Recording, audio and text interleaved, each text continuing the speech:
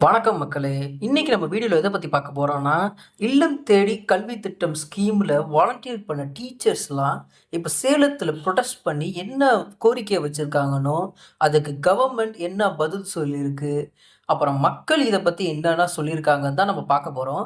அதுக்கு முன்னாடி இதுதான் நீங்க ஃபர்ஸ்ட் டைம் இந்த சேனல பார்க்குறீங்கன்னா, மறக்காம சப்ஸ்கிரைப் பண்ணிருங்க. சரி வாங்க நம்ம வீடியோக்குள்ள போலாம். தமிழ்நாட்டுல கொரோனா காலத்துல ஆரம்பிக்கப்பட்ட முக்கியமான எடுகேஷன் ஸ்கீம் தான் இல்லம் தேடி கல்வி திட்டம்.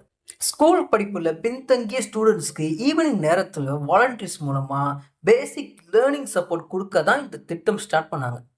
ஆனா இப்போ சேலத்துல இந்த திட்டத்துல பல வருஷமா வேலை பார்த்த வாலண்டியர்ஸான டீச்சர்ஸ் எல்லாமே போராட்டத்துல இறங்கியிருக்காங்க. ரீசெண்டா சேலம் கலெக்டர் ஆபீஸ் முன்னாடி நூறுக்கணக்கான வாலண்டியர்ஸ் சேர்ந்து பெட்டிஷன் குடுத்தாங்க.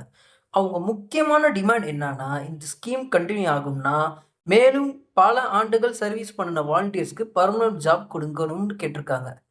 சேலம் டிஸ்ட்ரிக்ட்ல மட்டும் 3000க்கு மேல வாலண்டியர்ஸ் இந்த ஸ்கீம்ல ஒர்க் பண்ணியிருக்காங்கன்னு சொல்லப்படுது.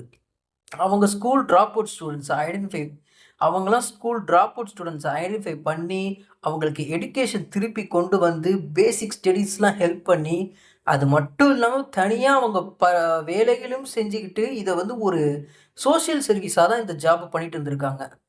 ஆனா, இப்போ கவர்மெண்ட் வந்து இந்த திட்டத்த நாங்க ஸ்டாப் பண்ண போறோம்ன்னு ஒரு ரூமர் கேள்விப்பட்டதுனாலயும் இந்த போராட்டம் பண்ண ஆரம்பிச்சுட்டாங்க. ஏன்னா, இத்தன வருஷமா நாங்க பல மணி நேரம் எங்களோட வாழ்க்கையில அர்ப்பணிச்சு பல ஸ்டூடண்ட்ஸ்க்கு ஹெல்ப் பண்ணியிருக்கோம். நீங்க இப்போ வந்து இந்த ஸ்கீம எடுத்துட்டீங்கன்னா, நாங்க இத்தன வருஷமா நாங்க பட்ட கஷ்டத்துக்குலாம் என்ன ஒரு ஒரு பிரயோஜனம் இருக்கு? அப்படின்னு சொல்லி கேள்வி. எங்களுக்கு அட்லீஸ்ட் ஒரு கவர்மெண்ட் ஜாப், ஒரு டீச்சர் கவர்மெண்ட் ஜாப் இல்ல அட்லீஸ்ட் ஒரு பிரைவேட் டீச்சர் ஜாப் இந்த மாரி ஏதாவது ஒரு டீச்சர் ஜாப் எங்களுக்கு வந்து ஒதுக்கிட்டு குடுங்க. அப்படியே இல்லனாலும் ஒரு ரிசர்வேஷன் ஆச்சும் இந்த எங்க கவர்மெண்ட் ஜாப்ஸ்க்கு குடுங்க. டீச்சர் ஜாப்ஸ்க்கு அப்படின்னு சொல்லி இந்த சேலத்துல வந்து நடத்தின புரொடெஸ்ட் பண்ண எல்லாருமே சொல்றாங்க. இதுல ஒவ்வொரு டீச்சருமே என்ன சொல்றாங்கன்னா, நாங்க ஒரு நாளைக்கு குறைஞ்சது 2, 3 மணி நேரம், 5 மணி நேரம் வரைக்கும்லாம் வந்து ஸ்டூடண்ட்ஸ்க்கு ஹெல்ப் பண்ணி சொல்லிக் குடுத்து ஆ உதவியிருக்கோம். வெறும் ரூ. 1000 மாசத்துக்கு. வெறும் ரூ. 1000 மாசத்துக்கு இவ்வளவும் நாங்க செஞ்சிருக்கோம். இப்ப வந்து நீங்க அந்த திட்டத்தையும் நிறுத்த போறேன்னு சொல்றீங்க. எங்களுக்கு ஒரு உதவியும் பண்ண மாட்டேன்னு சொல்றீங்க. இதனால எங்களுக்கு ரொம்ப மன கஷ்டமா இருக்கு.